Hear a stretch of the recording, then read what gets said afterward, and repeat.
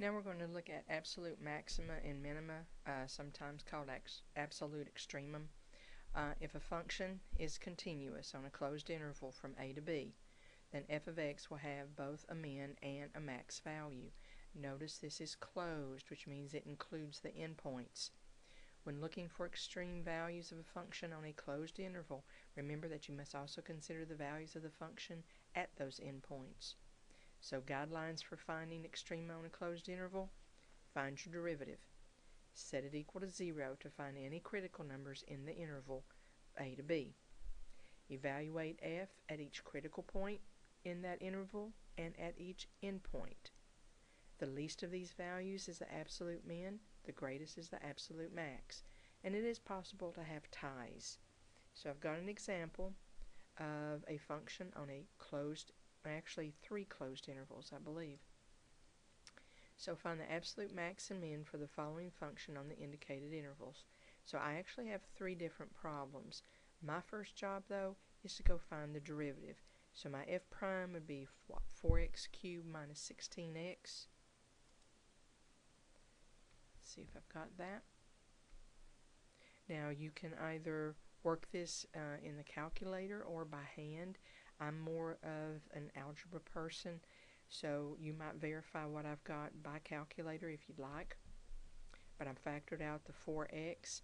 If you'll notice, this is a difference of perfect squares, and that would give me an x plus 2, x minus 2. And if I set these equal to 0, then my critical values are going to be 0, negative 2, and 2. So if you graph the derivative, that at those 3 places is where my derivative is going to cross the x-axis. Now, what you have to be careful with in this problem is they give us different closed intervals. So if I've got a critical number in that closed interval, then I use it. And I'm going to show you one of the easiest ways to go about doing these problems. I make a t-table. And you've seen t-tables before, where I've got my x, I've got my f of x. Now what I do is I start with the left value that they give me in the closed interval, so negative 1, and then I leave a space. Now with respect to these numbers, I know negative 2 is not in that interval, but 0 and 2 would be. So let me move this so you can see that. So here's my left value, I leave a room, and there's my right value. Any of my critical numbers that are between these, I put them in. Now if you'll notice, this being the t-table, I'm going to take my x values and put it into my function. And you can see if you've come up with what I did. A quick way to do this is if you'll go to y equals, type in your original, x to the 4th minus 8x squared plus 16, and go to your table. Let's see where my table is. Not bad. So actually I've got negative 1, I've got 0, 2, and 3. So that's where the 9, the 16, the 0, and the 25. Now notice 1 is not even in consideration here. Don't always go to the table and think you're going to come up with your answer, because if my derivative, when I set it equal to 0, comes up with decimal values, it will not be here. This one's just nice in that it is. So the least of my y values is 0, so that is my absolute min. The greatest y value I have is 25. Now let me go to my y equals again. There's my original. Now I'm going to modify this window so you can see this. I'm going to start at negative 1. I want to go to 3 because that's the interval that I've got right here. Let's go to 0. And then I'm going to do 25. If 0 is my absolute min, then at 2, 0, that should be the lowest point on my graph, and 325 should be my highest. So let's see. So if I do second trace for value, I'm going to put in an x value of 0. Of course, it's hidden right now. Oh well, Pooh Bear. I didn't want that. I want an x value of 2. So it's blinking. So if you'll notice, on that interval, that is the smallest y value I've got. Now let me put in 3. And you can barely see it blinking up there. But that's the highest one. Okay? Now, they've changed here in the B problem. They want me to go from 0 to 2. Well, 0 to 2, that actually is my critical values. I don't have any in between. So in my t-table, I'd have my 0, 2. And since I've already got 0, 2 over here, so 0 would give me my absolute max of 16, and an x value of 2 would give me an absolute min of 0. So I can modify my window again if I want. Let me put in 0. I'll put in 2. And let's see my picture.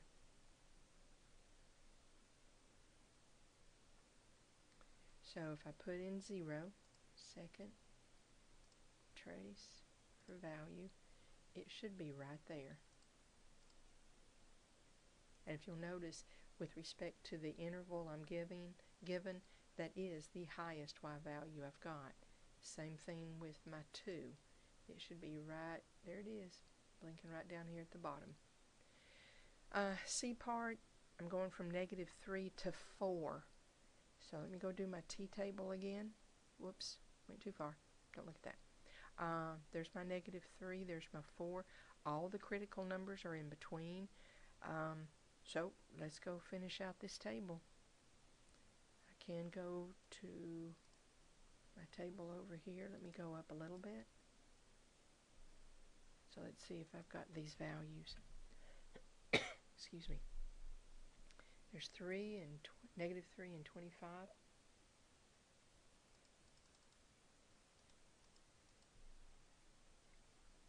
And my 4 and my 144. So the largest y value I've got is 144. That's my absolute max. And I happen to have a tie. My 0 is my absolute min, and it occurs at -2 and 2. So now this is on a closed interval. That's when you have brackets. The next example is something a little bit different. Excuse me. Find the absolute min value of this function. Now they're telling me what they want me to find. But guys, x being greater than 0, this is an open interval. Actually, I'm going now, interval notation, I'd have parentheses 0, comma to infinity. So I've got to go find my derivative again. But in order for me to do that, I've got to rewrite this. So let's move the x up. That would be to the -1. Go find f prime.